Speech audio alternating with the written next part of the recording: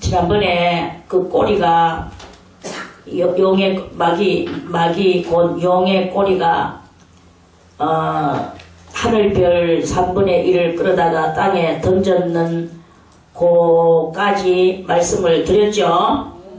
자, 그러고 난 뒤에 용이 이제 해산하려는 여자 앞에서 이제 그 1절에서 그 여자가 있는데 2절에서 그 여자가 아이를 베어 그 해산하려고 애써 부르짖는 그 여자 앞에서 그가 해산하면 그 아이를 그 용이 삼키려고 이제 그렇게 하는 그 말씀이에요.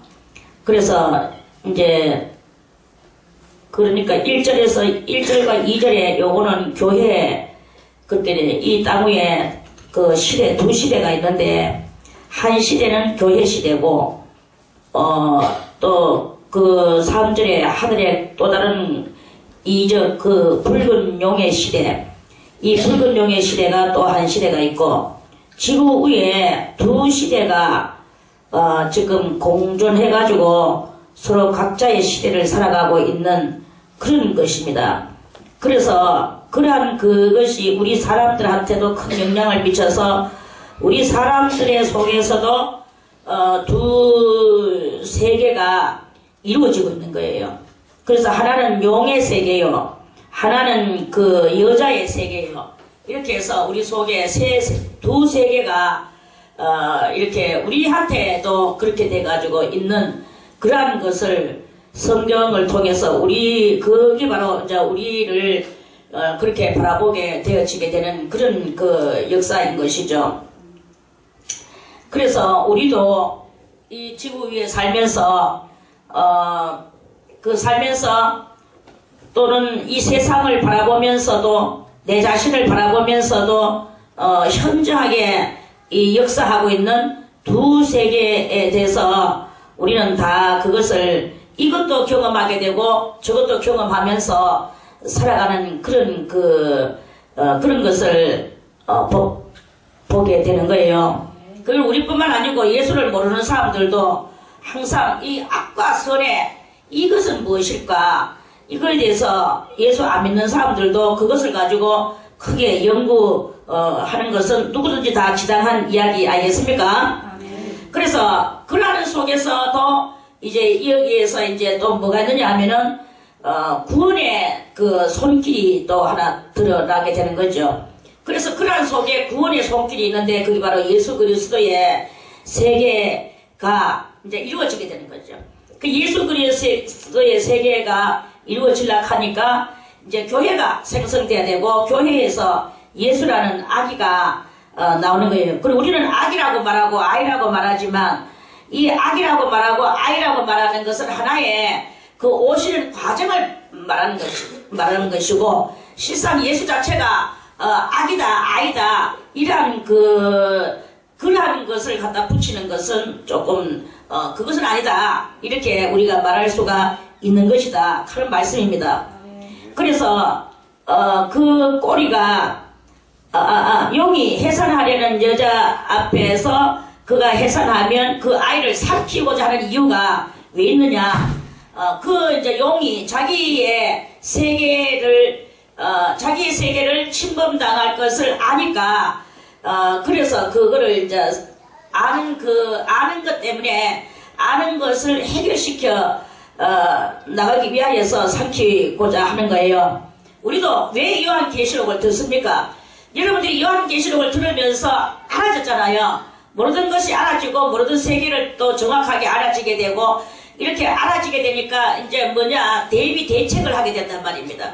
그 대비 대책을 해야만이 우리도 살아야 될 거 아니겠습니까? 다 살기 위하여서 하는 거예요. 밥을 왜 먹습니까? 살기 위하여 먹는 거죠. 우리들이 다 이렇게 왜 또 이 올바른 뭐가 영원한 것이냐를 추구하는 것은 왜 그렇게 추구합니까? 살기 위하여 추구하는 거 아니겠습니까? 다 살기 위하여서 몸부림치는 거예요. 살기 위하여서 몸부림을 치는데 살기 위하여 몸부림치는 그 방법이 다 다른 거야. 방법을 그러니까 참의 뜻을 모르면 진실함의 뜻을 모르면 그걸 못하는 거예요. 그래서 우리가 참된 것을 깨닫는 거, 이게 바로 가장 중요한 그 이야기다 하는 그런 말씀입니다. 그래서 중요한 것은 우리가 첫째 내 자신이 진실해야 되고 하나님의 나라는 진실한 나라다 하는 것을 알고 우리는 진실해야 되는 거예요. 그래도 왜 진실하라고 하느냐, 진실한 것만이 진실한 것을 찾아가게 되고 진실한 것만이 진실한 것을 찾아서 또 진실한 속에서 영혼이 뭐냐, 영혼은 진실이거든요. 그래서 이 진실로 다 이렇게 이루어지고 뭉쳐졌는 게 그게 바로 영원한 생명의 그 역사인 거예요. 그 어떤 거는 진실한 것 같이 보이는데 실상은 진실한 것 같이 안 보이는 거예요. 뭐가 간단한 예로 어떤 조직 깡패 조직이 있다고 한번 생각을 해보겠습니다. 그거는 다 누가 생각해도 그 진실하다고 생각을 합니까? 그럼에도 불구하고 자기들이 오늘 이 한탕만 하고 그 다음에는 안 하자 하고 막 이렇게 열심히 그러면서 또 한탕하고 또 한탕하고 이렇게 하는 그런 모든 것들이 자기들은 그렇게 해야만이 산다고 생각을 하거든요. 그것이 방법이라고 생각하거든요. 그런데 그게 방법이 아니고 그거는 점점 멸망으로 이불 한탕이 멸망인 거예요. 그리고 그 이불 한탕을 위주로 하고 살아가는 그게 진실한 것 같이 보이지만 방법은 그거는 완전히 멸망할 방법이라는 것을 자타가 다 공인하는 거 아니겠습니까? 그래서 이러한 것과 같이 우리가 진실한 것이 무엇이냐, 진실한 것을 우리는 가장 기초적인 거, 그래서 제가 맨날 그러잖아요. 하다못해 땅을 하나 파도, 하다못해 저 밭에 가서 일을 해도 이 마당을 실어도 진실한 마음으로 하는 사람이 있어요. 진실한 마음으로 하는 사람은 구석구석까지 씁니다. 마당을 하나 실어도 진실한 마음으로 하는 사람은 구석구석에 홈을 팝니다. 그게 바로 진실한 거예요. 그건 성격이라고 우리는 보지만 성격이 진실하겠죠. 그 사람은 진실함으로 가득 찼겠죠. 드랑드랑드랑드랑 사람은 그 사람은 덜 진실하겠죠. 이렇게 보면 되는 거예요. 그렇게 우리가 하나를 보면 10가지를 알고 다 그런 그 진실함에 그 본분이 있다, 이런 말씀인 거예요. 그래서 그 아이를 삼키고자 하려고 하는 이 마귀의 그것을 이렇게 하다가 그렇게 하는데 하나님께서 하나님 궁극의 하나님은 진실하시고 또 영원하신 하나님의 세계 아니겠습니까? 진실하시고 영원한 하나님의 세계에 하나님께서는 지시느냐 안 지시고 그 진실과 거짓의 이 다툼이 일어날 때 항상 진실이 이긴다 하는 것만 우리가 그게 가장 기초예요. 여러분들이 많은 큰 신앙의 비밀을 안다고 해서 그거 가지고 뭘 그래 하는 게 아닙니다. 가장 작은 거, 기초를 잘 그걸 우리가 이 기초적 신앙을 잘해야 된다. 그래서 항상 그 어린아이들도 우리 인사시키고 가장 기초 아닙니까? 그런데 어른들이 가장 그 중요한 인사를 안 하는 것은 기초를 상실해버렸다 하는 말씀이거든요. 그러니까 우리가 인사하고 누구 보면 인사하고 인사하기 싫다, 저 사람은 내가 싫어하는 사람인데 갈수록 더욱더 가가 인사를 하는 게 그 기초에 어떤 그 매진을 다하는 이런 그것을 이렇게 하는 그 긴묘한 가장 중요한 숙제를 풀고 나가는 것이다 하는 그런 말씀입니다. 그런 사람만이 하나님의 나라를 이루게 되고 그런 사람만이 자기도 영원한 궁극에 이르게 되는 그런 것입니다. 인사할 줄도 모르는 게 뭘 마당을 실며 또 마당 쓸 줄도 모르는 게 뭘 더 중요한 것을 알며 또 뭐 중요한 거 알아가 뭐 하겠습니까? 너블그린들 뭐 하겠습니까? 니나 잘하시오. 이렇게 다 그렇게 할 거거든요. 그러면 누가 그러한 것에서 그게 진실한 국가가 이루어지겠느냐 하는 그런 말씀입니다.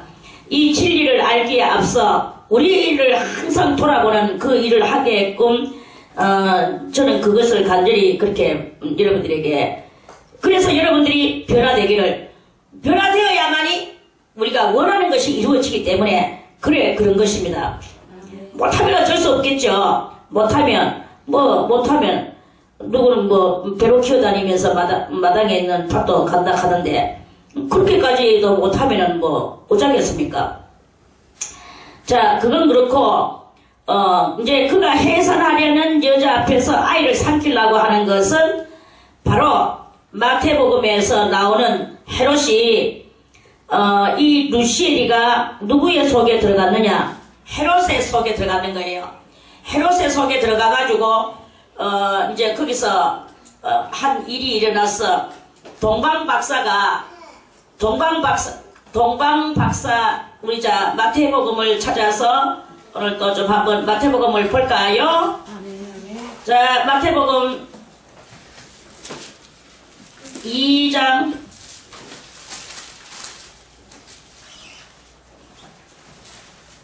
마태복음 2장에 헤롯 왕 때에 누구 때에?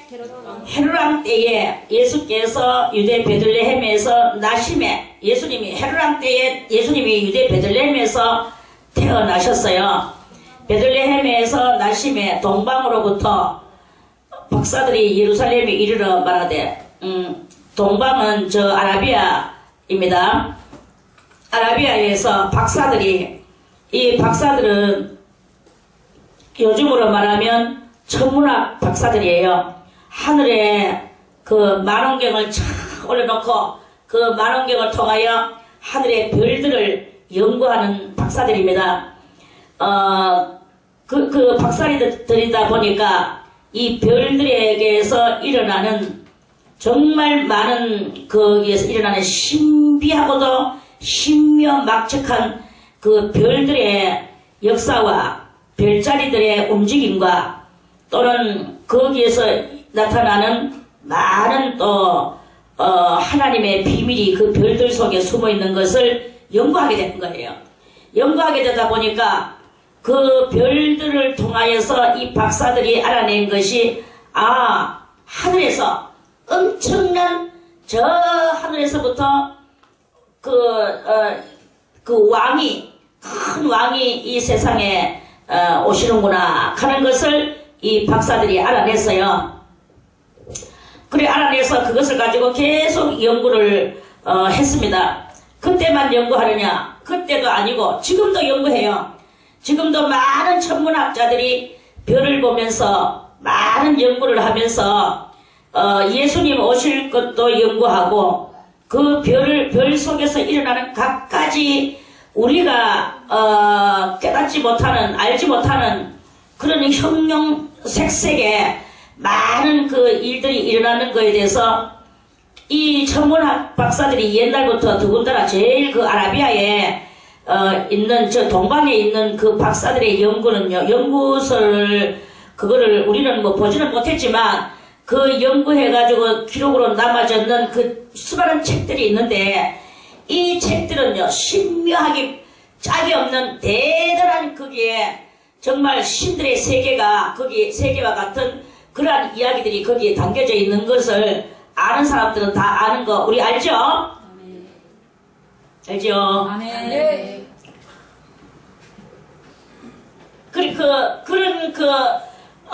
그러한 그 이야기들이 있는 거예요. 그런데 이 박사들이 보니까 하늘의 별을 바라보면서 벌써 이미 오셨구나. 왔다고 하는 그 하늘의 왕이 왔구나.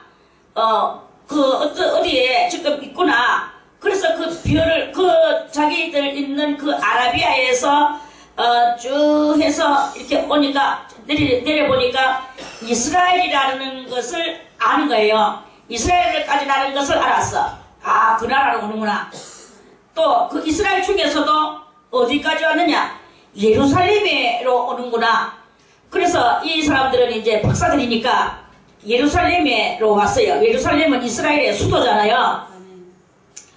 그래 이제 그때는 이스라엘은 어떤 환경이었느냐 하면 이스라엘은 로마의 압박, 로마의 속국된 민족으로서 살아가고 있는 그런 아주 절박한 그런 때였어요. 그런 때인데 막상 그 이스라엘 나라에는 벌써 이미 예언자는 말라기 때로부터 해가지고 예언자가 끊겨가 있을 때였어요. 이때는 끊겨가 있었고 말라기 때에 끊겨가지고 얼마 동안 지나갔느냐? 한 몇백 년이 또 지나갔어요. 몇백 년이 지나가니까 이 나라에는 선지자도 없고, 저거 말 맞다가 드라빔도 없고, 드라빔은 뭐냐? 드라빔은 뭐 그런 귀신 뜻다리가 있습니다. 아무튼 그런 드라빔도 없고, 그런 여러 가지 그런 그래가지고 있는 그런 상태에서 예언자가 없는 상태였어요. 그러니까 이스라엘 나라로 말하면 영적으로 대단한 암흑기라고 보면 되는 거야. 육적으로는 노마의 앞자리에 있고, 영적으로는 선지자도 없고, 예언자도 없고, 또 여러 가지, 또 그 당시에 왕도 없었어요. 왕이 뭐 있을 수 있습니까? 노마가 통치하고 있는데요. 이러니까 이스라엘 나라는 대단한 암흑시대에 있었는데, 요때 이 동방박사가 찾아올 때쯤에는 벌써 이미 누가 나왔느냐 하면은 아기 세례 요한이가 나와가지고, 아기 요한이가 크다가, 아기 요한이는 그때 아기 요한이가 하여튼 그게 이제 크고 있는 중이었겠죠, 어디선가. 그래 이제 아기 요한이가 있었을 때였어요. 아기 요한이는 예수님보다 몇 개월 먼저 태어났나요? 6개월 먼저 태어났거든. 그러니까 이때 예수님이 아기가 돼가지고 나오니까 예수님은 금방 태어났고, 아기 세례 요한은 6개월 돼가 있고, 다 아기들로 해가지고 이렇게 있던 그런 대단히 암흑 시대에 그 시대를 보고 암흑 시대라고 말을 하는 거예요. 이 암흑 시대 속에 두 선지자와 임금이 이 세상에 오셨어요. 의의 선지자, 의의 임금. 그래서 말라기의 대를 이었는 분이 누구냐 하면 세례 요한이고, 그래서 세례 요한이 나와서 이제 자기 아버지도 제사장이요, 외갓집도 아론의 족속 제사장 집이요.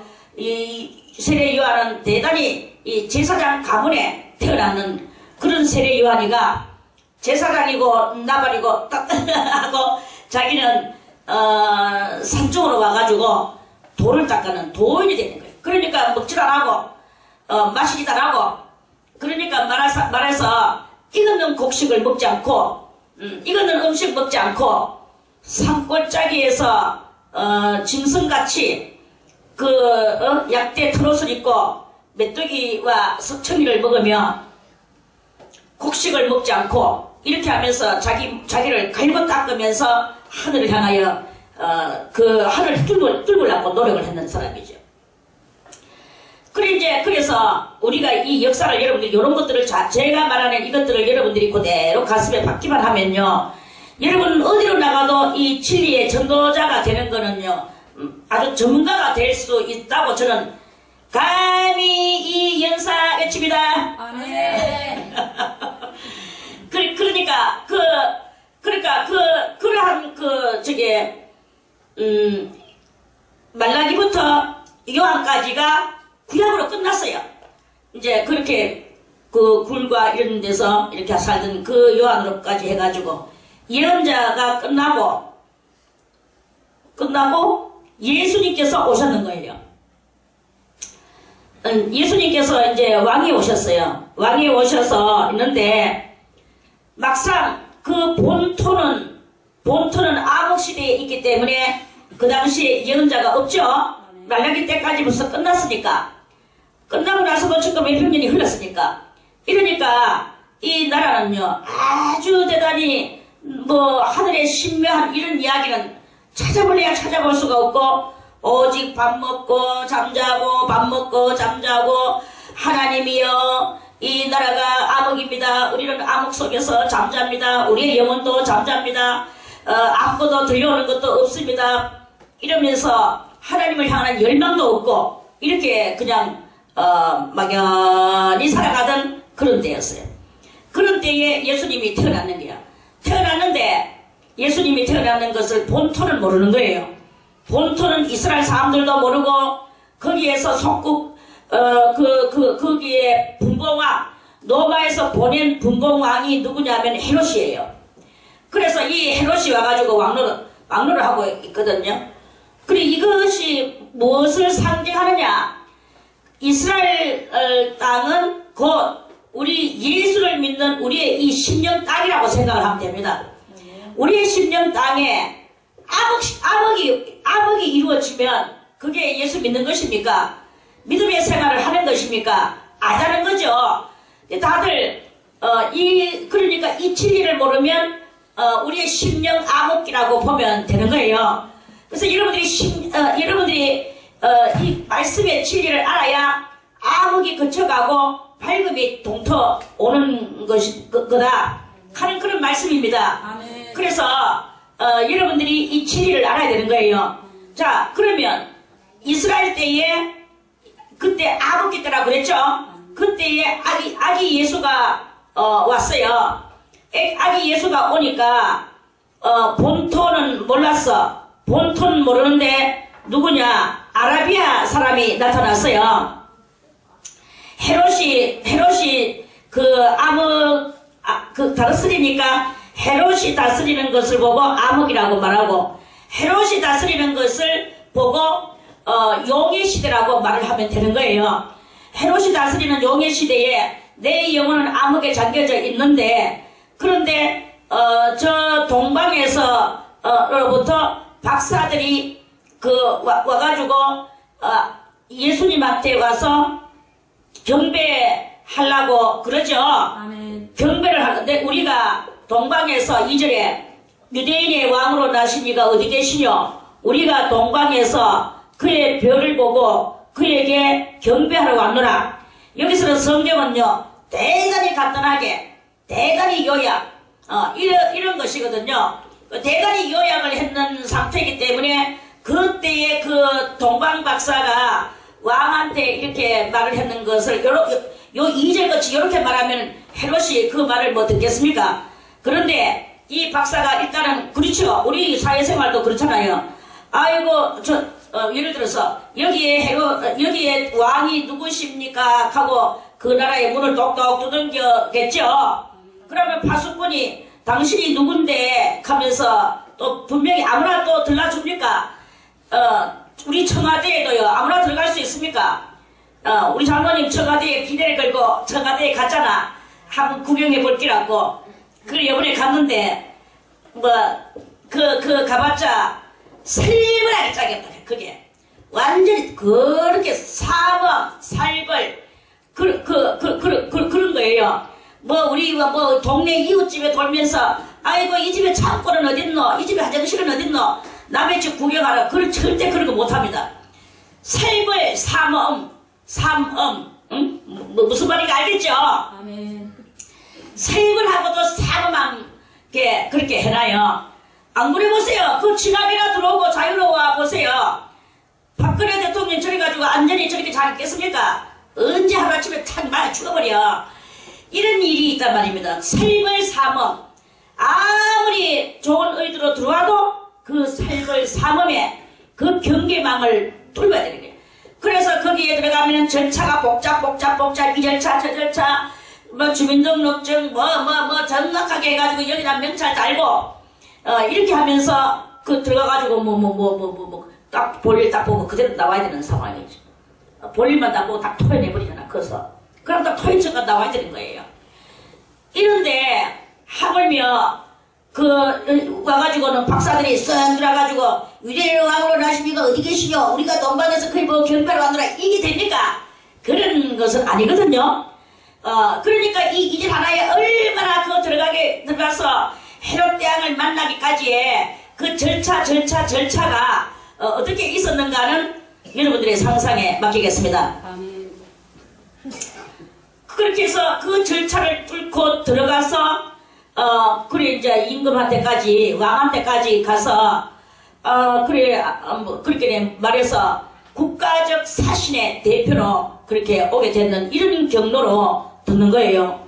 그래도 이 왕이 만나줬으니까 다행이지. 또 중간에서 하다가 왕은 이 나라에 무슨 왕 이제 그래서 이 왕은 왕이라는 이 단어만 가지고도 다들 곤두서거든요. 그래서 무슨 소리 하는가 다 들어보려고 그리 만났는 거예요.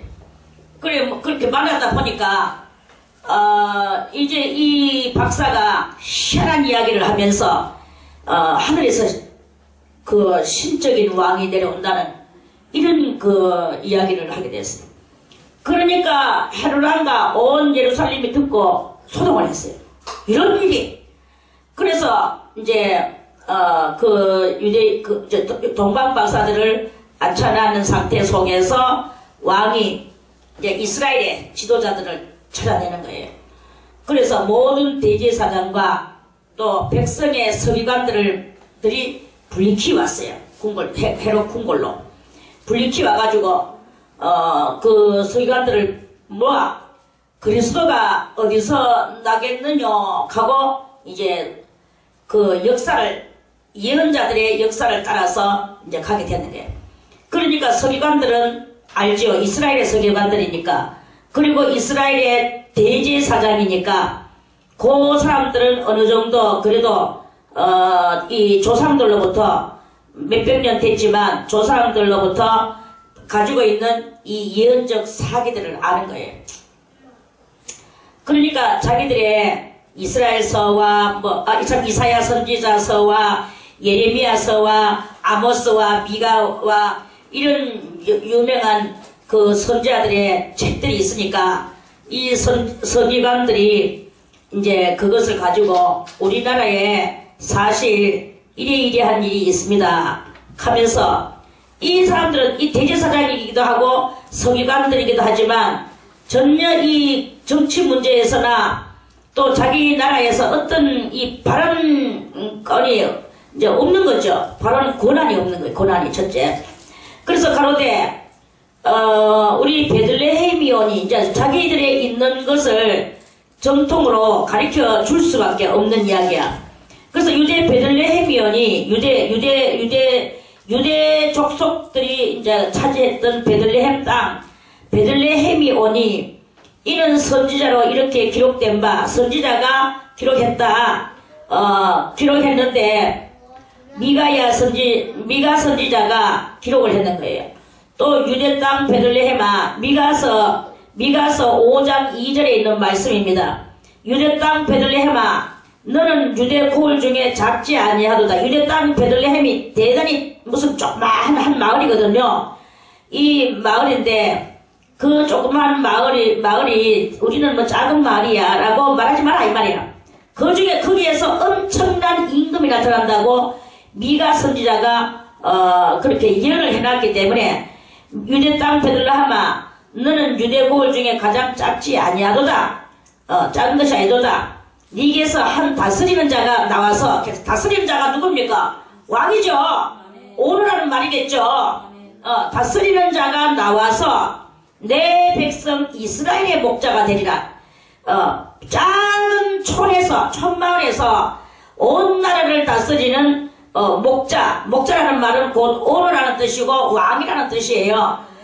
목자가 되리라 하였음이니이다 하고 미가 선지자가 그렇게 예언한 적은 있습니다만 이렇게 이제 말을 하는 거예요. 그래서 이에 헤롯이 가만히 박사들을 이제 그 이야기를 듣고 헤롯이 이번에 또 박사들을 불러 모았어. 불러 모아가지고 별이 나타난 때가 언제쯤이었습니까? 라고 때를 물었어. 때를 물으니까 이 박사도 박사도 어느 때 우리가 하늘에 별을 보며 이렇게 연구를 하고 있는데 그때 이 왕이 며칠 날쯤 해가지고 이렇게 나왔습니다 라고 박사들도 또 이제 어쨌든 간에 이 사람들은 다 힘을 모아서 아기 예수를 찾아야 되니까 그래서 이제 그걸 갖다가 또 박사들이 자기들이 공부했는 그것을 헤롯한테 또 말을 해줬어요. 그러니까 헤롯이 그래요. 그러면 아직까지 어디로 나왔는지를 우리가 알지 못하겠는데 못하겠습니다. 가서 찾으시오. 그리고 우리도 자세히 또 찾겠습니다. 우리도 잘해서 그러면 가서 만약에 당신네들이 먼저 찾으면 내게 말씀을 좀 전해주시오. 나도 그에게 경배를 할 것입니다. 라고 아주 너그러운 척하면서 그렇게 말을 했지만 이것이 누구냐면은 헤롯 속에는 누가 있었습니까? 용이 있었죠. 용이 헤롯 속에는 용이 들어있는 거예요. 그래서 그 헤롯이가 이제 계계를 베푸는 거죠. 계계, 속임수를 베풀어서 자기도 그러니까 박사들은 왕도 모르는구나, 본토 선지자들 제사장도 모르는구나, 본토 또 서기관들도 모르는구나. 그러면 할 수 없지. 우리가 직접 찾아보는 수밖에. 이러면서 이제 박사들은 알겠습니다. 만약에 우리가 찾을 확률이, 그래 헤롯도 그러겠죠. 당신이 찾을 확률이 많지. 당신은 별이 다 가르쳐 주잖아.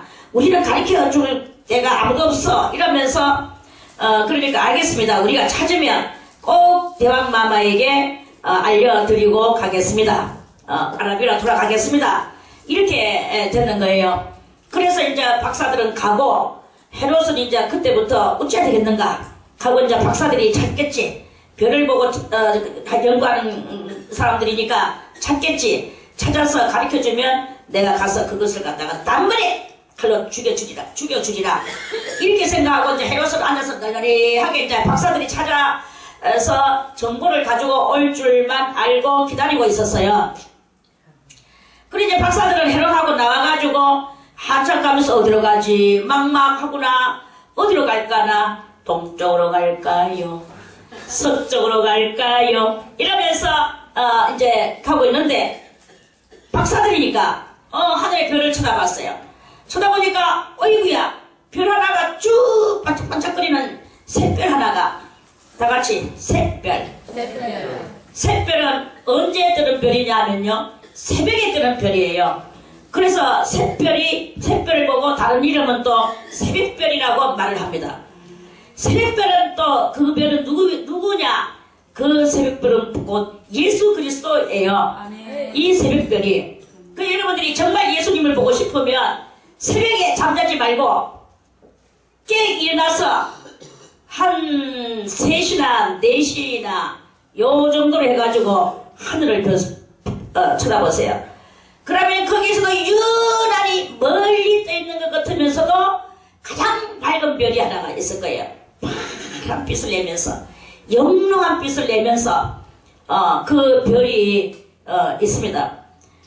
그 별이 땅 뜨는 거야, 이 새벽에. 그래서 그걸 보고 샛별이라고도, 별도 큰 별도 아닙니다. 조그만 별이에요. 조그마면서도 빛은 가장 빛이 주는 그런 별이야. 그 별이 막 쫙 비치면서 박사들이 쫙 보니까 그 별이 싹 가고 있는 거야. 복합별이 보니까 자기들이 움직이면 별도 움직이고, 자기들이 서면 별도 서고, 이러는 거예요. 그래서 박사들이 낙타를 타고 가잖아요. 낙타를 타고 가는데 별도 가는 거예요. 그래서 별을 따라서 이 박사들이 가다 보니까 별이 어디까지 가느냐? 별이 가는 쪽으로 해가지고 이 발걸음을, 낙타의 발걸음을 옮겨서 갔어. 이야, 대단하다 이러면서 따라가는 거예요. 가다가 어느 지점에 가가지고는, 자 보세요, 9절에 박사들이 보던 별이, 문득 박사들이 보던 별은 뭐냐 하면은 자기들이 아라비아에서 땅으로 내려오던 그 별인 거예요. 그 별이 문득 앞서 인도하여 가다가, 앞서서 이 별이 인도하여 가다가 그 별이 문득 악이 있는 곳에, 악이 있는 곳 위에 머물러 딱 서는 거예요. 이 별이 더 이상은 안 가는 거야. 박사들이니까 별이 섰는 그 위치를 지점해가지고 쫙, 이거를 일본말로 말하면 사불이라고 하는데, 사불에 쫙 내려 뻗으니까 그 뻗치는 집이 하나 있거든요. 그 집이 어디냐 하니까 아기 예수가 머물고 있는 어느 여관집 마구간 말먹이 통 안에, 거기에 이제 머물러 섰는 거예요. 그러니까 별을 딱 보면서 그 지점에 들어가는 거는 이 박사들한테는 문제가 되지 않는 거예요. 그래서 그 박사들이 낙타에서 내려서 별이 있는 여기 요쪽으로 찾아서 들어가 보니까, 아이고 마곡간이야, 마곡간. 양우리, 양우리. 마곡간은 말이 있는 곳이고, 양우리는 양이 있는 곳인데, 양우리 있는 곳인 거예요. 그 양들이 먹는 북댐이 담는 먹이통, 거기에 아기가 그 양 먹이통을 자기 침대 삼고 누워야 돼. 너무나 낭만적이라고 할까, 너무나 촌틱할까, 컨츄리 하다고 할까, 에? 그런 모습이 있죠. 그래서 아기가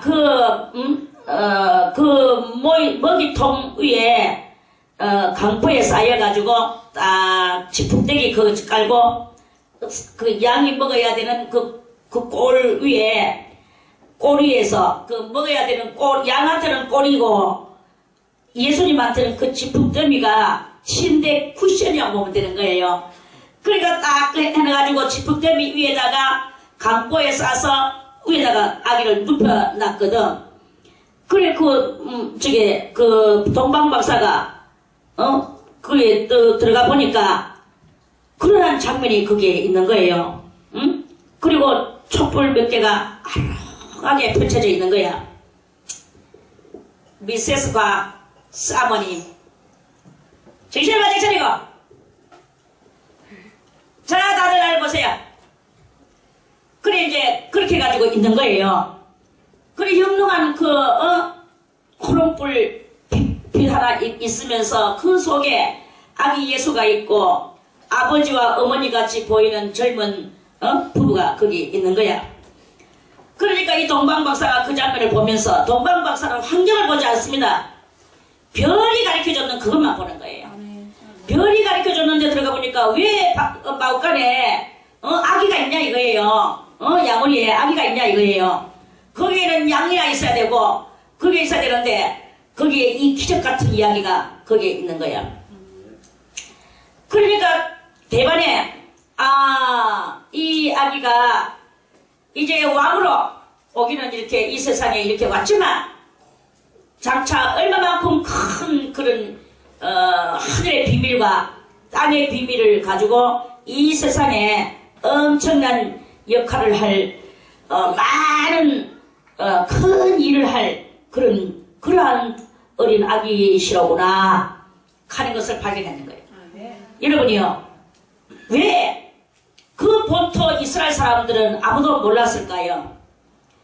그리고 왜 이 이방 그것도 중동 아라비아 사람이 그렇게 제일 일본으로 찾아왔을까요? 그것이 문제인 거예요. 그리고 그때에 또 이 박사들이 오기 전에 이스라엘 본토 사람들이 오기를 왔는데 그 사람들은 권위 있는 사람이 아니라 양치고 있던 목자도 아닌 양치는 사람들의 종류가 두 사람 있어요. 하나는 목자요, 하나는 목동이요. 목자가 있고 목동이 있어요. 목자는 뭐냐면 지가 키우는 게 목자예요. 그런데 이 어떤 목자가 자기는 여러 군데 이렇게 하니까 목동을, 월급 주는 목동을 해가지고 그 목동을 시켜서 치게 하는 그런 게 있어요. 목동들이 있어. 그럼 목자가 있고 목동이 있는데 그때에 목동들한테 거기에 양치고 있는 목동들한테 또 천사가 나타나가지고 아기 예수가 나타난 것에 대해서 쭉 말을 했어요. 그 자다가. 그래서 그 사람들도 가가 보고 하나님 앞에 영광을 돌리고. 그리고 오늘 가장 중요한 것은 이 박사들이 나타났다는 것이 문제입니다. 박사들은 이스라엘 사람들이 아니고 이스라엘 사람이 아니고 뭡니까? 박사들은 아라비아 사람들인 거예요. 아라비아 사람들이 왔는 거예요. 그러면 말아서 뭐냐, 이방 사람들이 왔다 이 말이겠죠. 그래서 예수님은 저 이스라엘 나라의 사람 왕으로만 오셨는 것이 아니고 그 예수님은 온 세상의 이방인들의 구세주로 오셨다라는 것을 알리는 것인 거예요. 그래서 본토는 아무도 받아들이지 않고 저 이방인들이 다 예수를 받아들이고 예수를 믿는 그러한 일이 일어날 것을 암시해 주시는 그러한 말씀이다 하는 그런 말씀입니다. 그래서 우리들도 이방인이에요.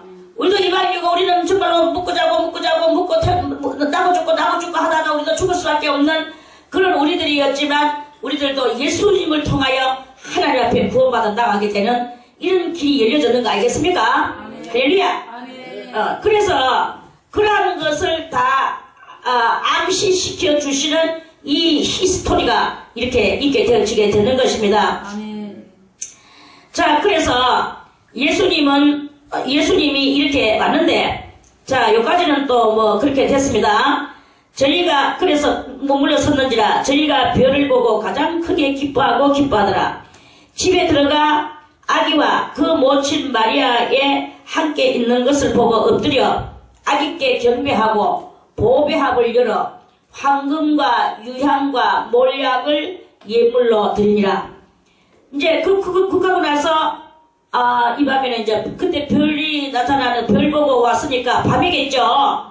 밤이니까 이제 이 사람들이 밤중에 가지는 안 하고 뭐 아기 예수하고 같이 잤는지 이 사람들은 뭐 그래도 박사들이니까 또 어떤 여관을 찾아서 들어갔는지는 모르겠지만 뭐 어디서 자든 간에 이 박사들도 이스라엘 땅에서 하룻밤을 자고 가게 됐어요.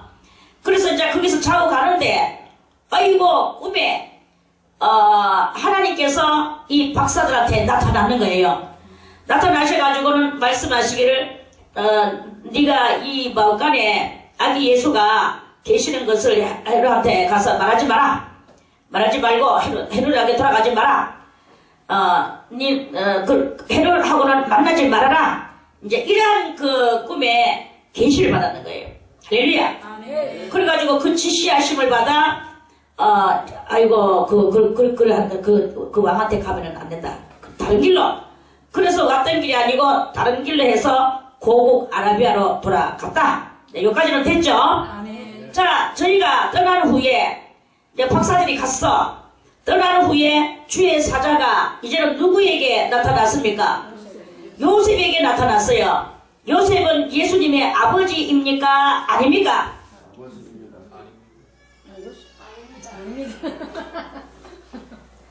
요셉의 아버지는 아니지. 마리아가 요셉하고 정혼이라는 말은 약혼은 결혼하기 전에 너하고 결혼할 거다 하는 요즘 말로 아이들 말로 말하면 찜해놓는 거 알겠습니까? 찜하는 그런 행사를 치렀을 뿐이지 아직까지 두 사람은 다 처녀 총각이에요. 이제 그런 상태인데 그런데 이 처녀 총각한테 아주 불가사의한 일이 나타났는데 아기가 하나 생겼다 이 말이죠. 처녀가 아기를 낳은 거예요. 처녀가 아기를 낳으니까 요셉이는 아버지입니까? 아닙니까? 아닙니다. 여기서 아니라는 것이 확실하게 아니라고 알아야 돼요. 그럼에도 불구하고 예수님은 누구의 호적에 올라갔습니까? 요셉의 호적에 올라갔어요. 요셉은 어느 혈통의 사람이냐면 유다의 혈통의 사람이야. 유다의 혈통에서 왕이 나온다 해가지고 유다가 이제 왕족이 되는 거예요. 그래 이제 그러는데 주의 사자가 요셉에게 현몽을 했어. 이제 자기가 낳지는 않았지만 하나님의 큰 아들을 자기 아내를 통하여 나오게 해서 자기 그렇게 결혼하려고 하는 여자를 통하여서 낳기 때문에 남자한테도 경사입니까? 경사가 아닙니까? 세상적으로 볼 때는 이건 두드러 맞아야 되고 돌 맞아야 되고 사형 받아야 되고 불태워 죽여야 되는 이런 이야기지만 하나님적으로 볼 때에는 이 요셉이한테는 경사가 난 거예요. 왜? 하나님의 엄청난 그 큰 왕이신 예수를 자기의 호적에 올리는 예수님의 아버지가 됐으니까 얼마나 경사입니까? 여러분들도 예수님이 지금 저 문 열고 들어온다고 하면 그래서 가장 여러분들한테 들이붙으면 예수님께서 여러분들에게 들이붙으면 누구에게 들이붙으면 대단한 엄청난 경사겠죠. 경사 중에 경사죠. 경사라는 말은 세상 말이고 영광이겠죠. 영광인 거예요. 그러니까 요셉이도 사실은 자기가 영광인 줄도 몰랐지만 어쨌든 큰 영광스러운 일이 요셉한테도 생겨나는 것이다 하는 그런 말씀 알겠습니까? 그래서 요셉에게 일단 요셉이는 영광인지도 모르고, 아무튼 요셉이는 착하고, 착한 사람이에요. 신앙이 좋은 사람이야. 어떤, 얼마만큼 신앙이 좋으냐. 자, 1장을 보겠습니다. 1장 18절에 예수 그리스도의 나심은 이러하니라. 그 모친 마리아가 요셉과 정혼했죠. 정혼은 뭐라고? 결혼입니까? 약혼입니까? 약혼이죠. 정혼을 했어. 정혼하고 동거를 어쩌다고 했습니까? 동거하기 전에 했어. 그러면 둘이 같이 동거를 했습니까? 안 했습니까? 안 했죠. 안 했는데 성령으로 잉태된 것이 이 동네방네 소문이 났는 거예요. 성령으로 잉태된 것이 소문 났는 게 아니라 실상은 성령으로 잉태됐지만 세상적으로 볼 때는 사람들이 볼 때는 아이고 요셉이하고 저 마리아가 정혼만 했는데 결혼식을 아직 안 했는데 그런데 벌써 아기가 생겼단다. 그 사람들로서도 이해를 하면서도 그리고 이해해주고 또 뭐 다 용서도 되지만 아무튼 사람들한테는 그런 식으로 되졌어요. 그런데 요셉이 쪽으로 볼 때는 억울하겠습니까? 억울하지 않겠습니까? 억울한 거예요. 그래가지고 이것은 무슨 이야기냐. 내가 하고 정혼했는 저 마리아가 내하고 아직까지 나는 손도 안 댔는데 손은 됐는지는 모르겠지만 아무튼 그런데 뭔가 하지를 안 했는데 그런데 이것은 무슨 소문이냐. 마리아가 임신을 했단다. 잉태를 했단다. 이러면서 이 막 동네방네 소문이 나니까 동네방네는 동네방네는 차라리 요셉이가 그랬다고 믿는데 막상 본인 당사자 요셉이는요 황당하기 짝이 없고 억울하기 짝이 없고 분하기 짝이 없는 그런 이야기 아니겠습니까? 그렇다면 저 아이는 어떻게 해라? 저 아이를 낳아서 누가 키운단 말이냐?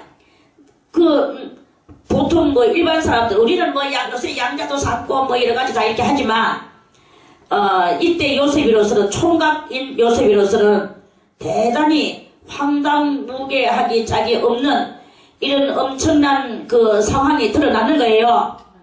그래서 19절에 이 말씀이 정통이에요. 19절에 그 남편 요셉은 다같이 그 남편 요셉은 의로운 사람이라. 의롭다 이게 다같이 의로운 사람이라. 그걸 다른 말로 말할게요. 올바른 사람이라. 괜찮은 사람이라. 정말 괜찮은 사람이라.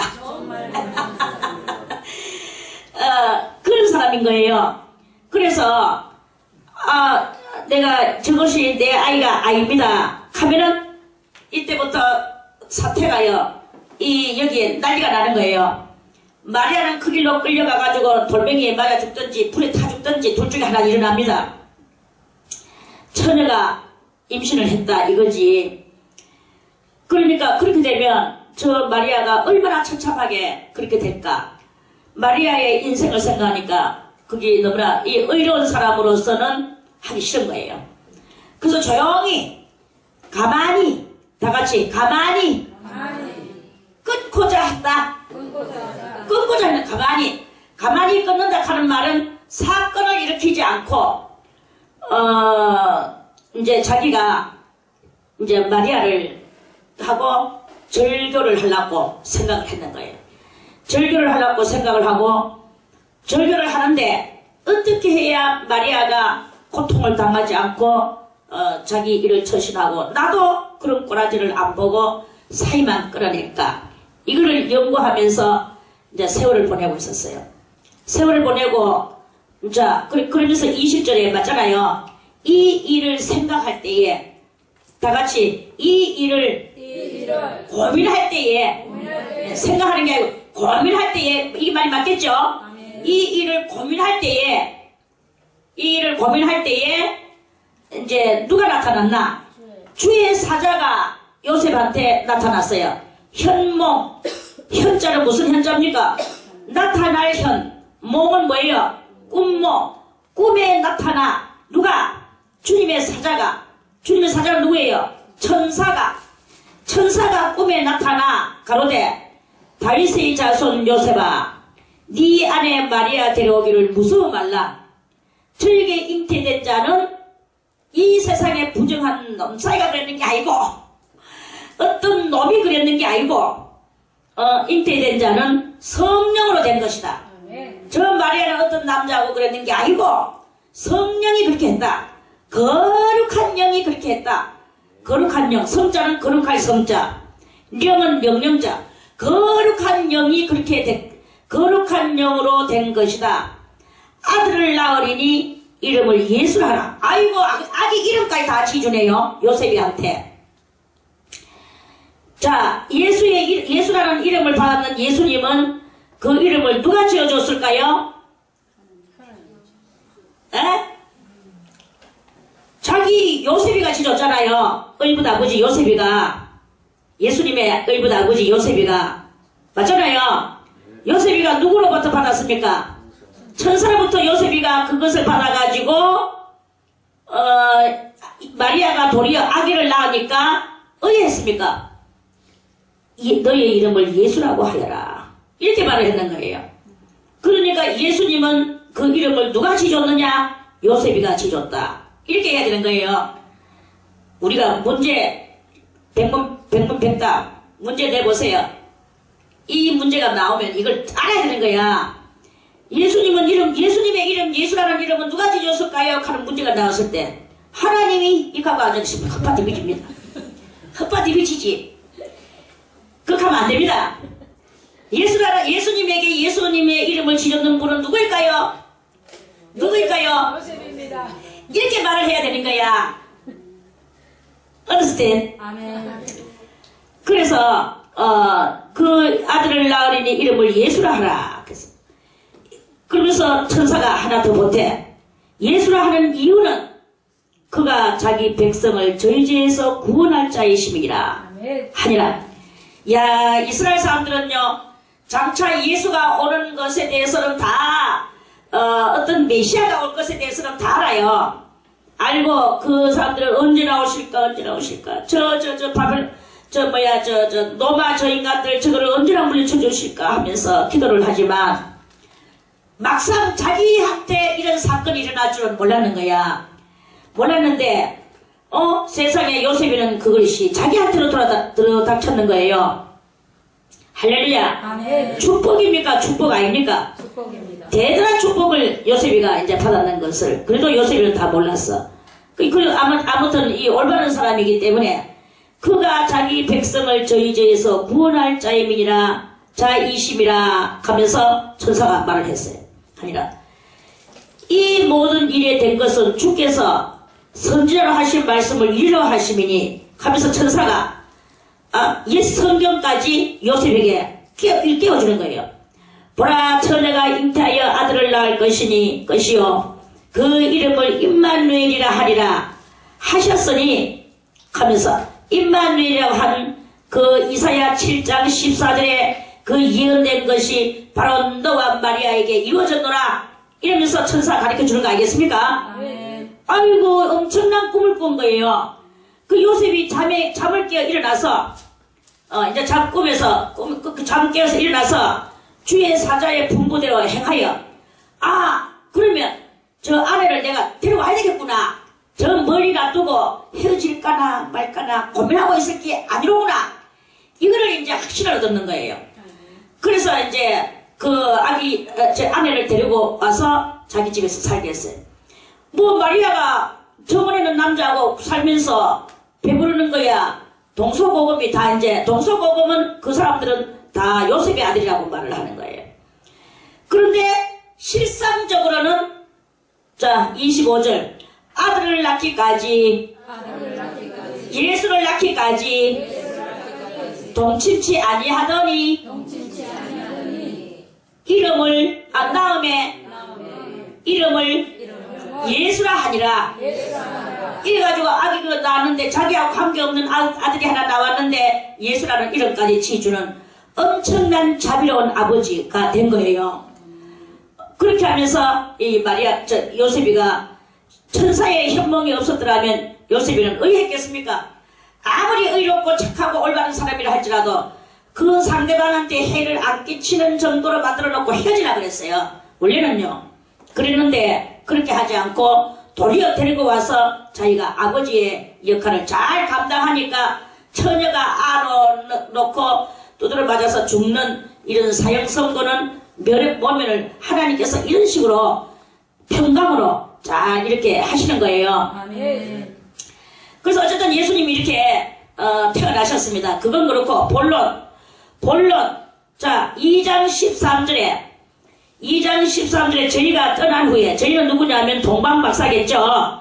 동방박사가 떠난 후에 주의 사자가 요셉에게 현몽하여 또다시 누구에게? 마리아에게? 왜 마리아에게는 안 하고 요셉에게만 할까요? 하나님은 항상 이렇게 반동작용을 이용하시는 거예요. 반동작용 이용이라고. 뭐냐? 마리아에게만 재속을 하면 마리아가 요셉한테 뭐가 되겠습니까? 변명밖에 안 되는 거예요. 어디 가서 앞에 가지고 내한테 와가지고 이리 하면서 이런 말을 이렇게 해가지고 야를 보고 이렇게 훌륭한 아이라고 내한테 자꾸 밑가시렇게 보여지겠습니까? 안 보여지겠습니까? 그런데 그게 아니고 하나님께서는 요셉에게 나타나시는 거예요. 그래서 요셉에게 나타나셔서 이렇게 하라. 정체까지 예언까지 모든 것을 요셉에게 들어서 하는 거예요. 마리아는 그저 자궁만 빌려주면 돼요. 하나님 앞에. 하나님 앞에 마리아가 하는 것은 자궁 때문에 마리아가 쓰임받았고 하나님이 요셉이를 쓰시는 것은 요셉의 가문통을 가지고 하셨는 것이고 그 가문 유다의 혈통이라는 그 가문 그리고 다윗의 족속이라는 가문 이 가문을 가지고 하나님은 사용하셨고 그래서 이렇게 하나님은 골고루 사용을 하시면서 예수님을 안전하게 이 땅 위에 아기 예수는 그대로 잘 커나가실 수 있도록 모든 육체의 안전과 호적의 안전과 이런 것들을 하면서 예수님은 고귀하신 그 혈통 가문에 태어나셨다 하는 그런 말씀입니다. 그래서 자 저희가 떠난 후에 주의 사자가 요셉에게 현명하게 가로되 헤롯이 아기를 찾아 죽이려 한다. 야 엄청난 이야기가 생겨났죠. 그래서 요셉이는 이때부터 뭐가 됩니까? 선지자가 된 거예요. 누구 때문에? 예수님 때문에 선지자가 됐어. 선지자는 무엇입니까? 앞니를 내다보는 사람 아닙니까? 앞니를 누구한테 계시를 받아가 내다본단 말입니까? 하나님께로부터 계시를 받아가 내려보는 거예요. 그래서 요셉이는 이때부터 선지자가 돼가지고 선지자는 선지자의 앞니를 내다보는 일을 하는 게야. 요셉에게 현몽하여 가로되 뭐 하라? 어디 나타나서? 꿈에 나타나서 가로되 헤롯이 아기를 찾아 죽이려 하니 일어나 아기와 그의 모친을 데리고 애국으로 피하여 내가 네게 이르기까지 언제까지? 다시 계시를 내리기까지 거기 있으라 애국에 가가 있어라 이렇게 말씀했어요. 그래서 요셉이 일어나서 밤에 막 빨리 가야 되는 게야. 헤롯이 지금 눈가리에 불을 켜고 등잔불을 켜고 찾는 거예요. 그래서 그 밤에 아기와 그의 모친을 데리고 애국으로 떠나가 헤롯이 죽기까지 거기 있었으니 이는 주께서 선자로 말씀하신 바 애국에서 내 아들을 불렀다 함을 이루려 하심이라. 그 말씀은 또 어디 있는가? 호세아 11장 1절에 그 말씀이 있습니다. 그래서 그 예언자들이 예언한 그 예언의 길을 따라 예언의 말씀을 따라 예수님의 삶이 예언을 성취시키는 그 삶이 갓난 아기 때부터 이렇게 되어진 거예요. 그래가지고 있는데 벌써 이미 하나님께서 요셉이하고 아기 예수하고 마리아가 이제 애국으로 가고 난 뒤에 헤롯은 암만 기다려도 박사들이 그래도 찾는 날이 아직 좀 덜 찾았겠지. 아직도 찾고 있는 중이겠지. 뭐 이러면서 헤롯은 자기 나름 상상을 하면서 박사들이 돌아오기를 기다렸는데 이스라엘 나라가 뭐 넓습니까? 나라가 뭐 큽니까? 조그만 나라에 우리나라보다도 작아요. 우리나라보다도 3분의 2 정도밖에 안 되는데 그렇게 작은 나라에 수만부를 돌라도 벌써 다 돌았을 그 상태에 더군다나 박사들이 말이라. 그러니까 이 박사들은 안 오겠구나 하는 것을 이 헤롯 속에 이제 생각이 정착이 된 거예요. 그래서 안 오겠구나 하고 알고 이에 헤롯이 박사들에게 속은 줄을 알았어. 알고 심히 노하여, 물자루가 이빨 섰다 이 말입니다. 그래서 노하여 사람을 보내어 베들레헴과, 그때 이제 베들레헴에 이제 온다고 했다 하는 소리를 듣고, 그리고 그 모든 지경 안에 있는 사내 아이를 박사들에게 자세히 알아본 그때를 표준하여, 뭘 하여? 표준하여 2살부터 그 아래로, 2살 되는 아기부터 해가지고 그 아래로 금방 태어나니까 팍 죽였어요. 그리고 완전히 갓난 아이들이 다 죽은 거예요. 이게 바로 이제 오늘 말씀의 본문 아닙니까?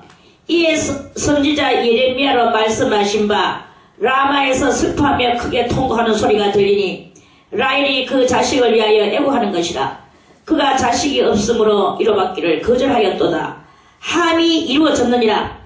이제 예레미야 31장 15절에서 예레미야 선지자가 예언했던 말씀이 이제 오늘 예수님으로 인류에 똑같은 일이 몇 번?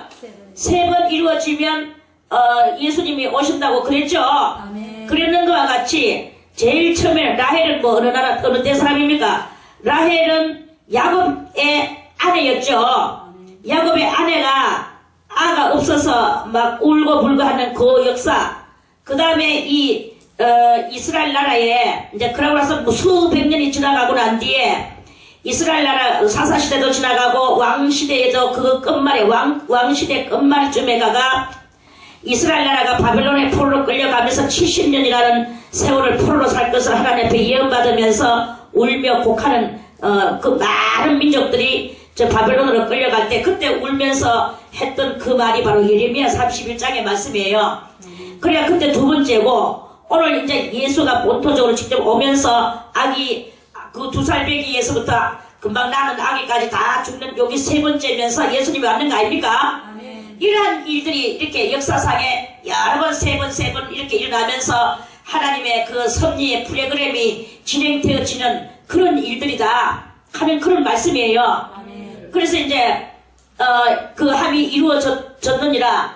자, 19절에 헤롯이 죽은 후에 이제 그러면서 다 죽이고 헤롯은 얼마 동안 살다가 죽었겠죠. 헤롯도 죽을 때도 그냥 죽었는 게 아니고 벌레가 헤롯한테 들어가가지고 헤롯이 막 어느 날 단상에서 멋진 연설을 했어요. 멋진 연설을 하니까 백성들이 와 헤롯 대왕 만세 천세 하면서 막 이제 이렇게 헤롯을 갖다가 올리는데 헤롯이 내가 가장 잘하지, 이스라엘 나라 내가 지금 최고야 하고 자기가 막 아주 이제 그 영광을 하나님 앞에 돌리지 않고 지가 다 받아 먹어버렸어요. 신한테 안 돌리고. 그 당시에는 신에 통치하는 그게 있었기 때문에 신이 그걸 해야 되는데, 그러니까 하나님께서 네가 뭐 생명, 오늘에도 내가 네 생명 모가지고 전통을 눌러버리면 끝나는 인생이 뭐 네가 영광 받는다고 하면서 헤롯한테 벌레가 들게 해가지고 충이 헤롯을 깔아 먹어가지고 헤롯은 죽었다. 난 다른 성경에 또 그렇게 기록이 되어 있는 거 알죠? 네. 그래서 이제 헤롯이 어쨌든 이래 죽든 저래 죽든 죽었습니다. 헤롯이 죽은 후에 그 라마에서 슬퍼하며 곡하기까지 2살 아래로 모든 아이들이 죽었다라는, 그래서 막 이스라엘 나라가 아기를 갖다가 엄청난 아기들이 다 죽었는 것에 대해서 그 뉴스가 애굽에 있는 요셉이나 마리아에게 들렸습니까? 안 들렸습니까? 들렸죠, 당연히. 난리 나는데요. 한 나라의 어린아기가 몽땅 다 죽었다 이거지. 한 나라의 어린아이가 몽땅 다 죽으니까 온 세계의 뉴스거리가 되는 거예요. 그래서 요셉이가 그 뉴스를 듣고 자기가 꿈에 나타나서 하나님이 자기한테 나타나서 계시를 줬는 그 말씀에 대하여 얼마나 불을 떨면서 하나님 앞에 고개를 숙이며 자기한테 계시했던 하나님 앞에 감사를 했겠습니까? 안 했겠습니까? 했습니다. 분명히 했습니다. 성경에만 그 말씀이 기록이 안 됐을 뿐이죠. 인생의 모든 삶은 다 그렇게 되게 되어 있어요.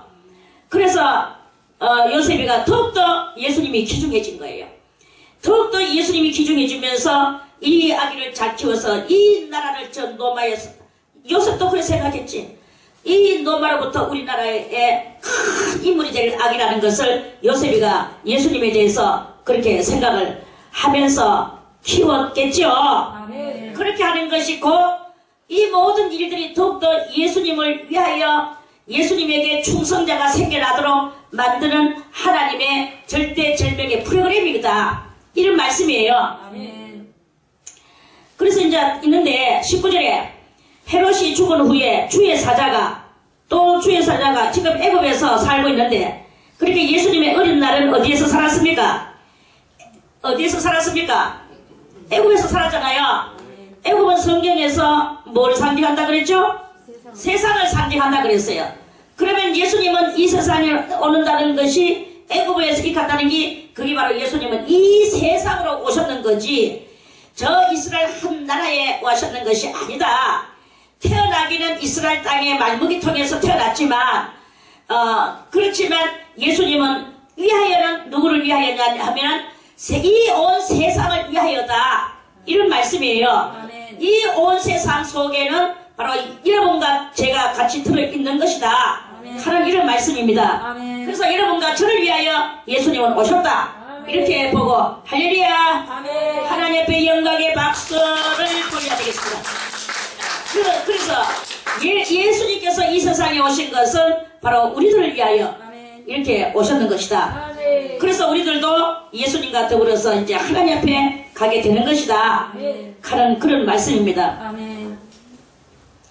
자, 다시 이제 예수님 오늘 계시록으로 다시 와서 그가 해산하면 그 아이를 삼키고자 하더니 4절에 그가 해산하면 그 아이를 삼키고자 하더니 그랬어요. 아이를 삼키고자 하는 게 바로 무엇입니까? 헤롯 속에 용이 들어가서 아기 예수를 잡으려고 했는데 헤롯이 못했는 거예요. 못하는 것은 바로 하나님께서 다 그렇게 하셨는 것이다. 그래서 정말 해당도 안 되는 어린 아기들만 다 죽였다. 이런 말씀입니다. 여자가 아들을 낳으니 이 여자는 마리아가 아닙니다. 무엇입니까? 전반적으로 여자는 교회를 상징한다 그랬죠.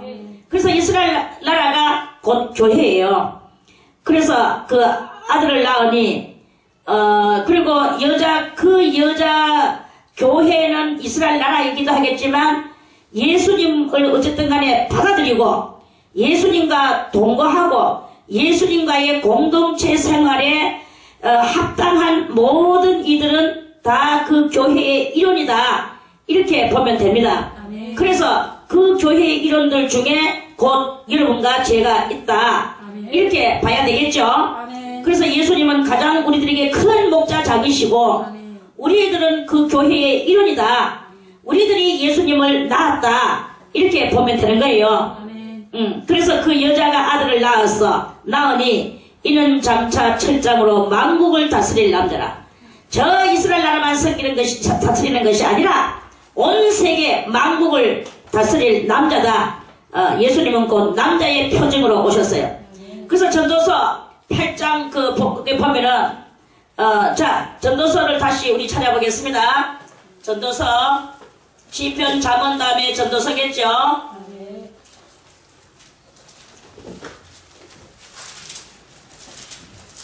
전도서 8장